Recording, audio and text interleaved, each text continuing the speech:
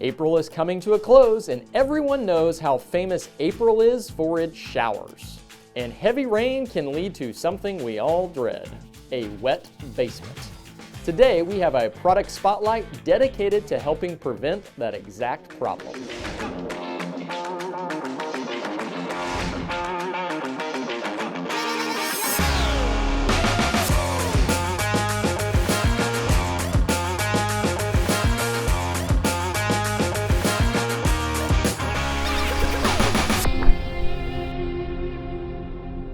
Hello everyone, and welcome back to the Homeowner's Handbook.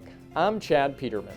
Today we're featuring a product dedicated to keeping your home safe and your basement dry. If you have a basement, you're probably already familiar with the importance of a sump pump. Today's episode is dedicated to educating you on the importance of a battery backup. A battery backup sump pump is a secondary pump plugged into a battery instead of directly into your home's power. They are important for two major reasons. First is in the case of a power outage. Next to flooding, a power outage is one of the most common problems encountered during a heavy storm. A storm knocking out the power can spell disaster for a standard pump, but not for a battery backup. Second is in the case your primary pump fails.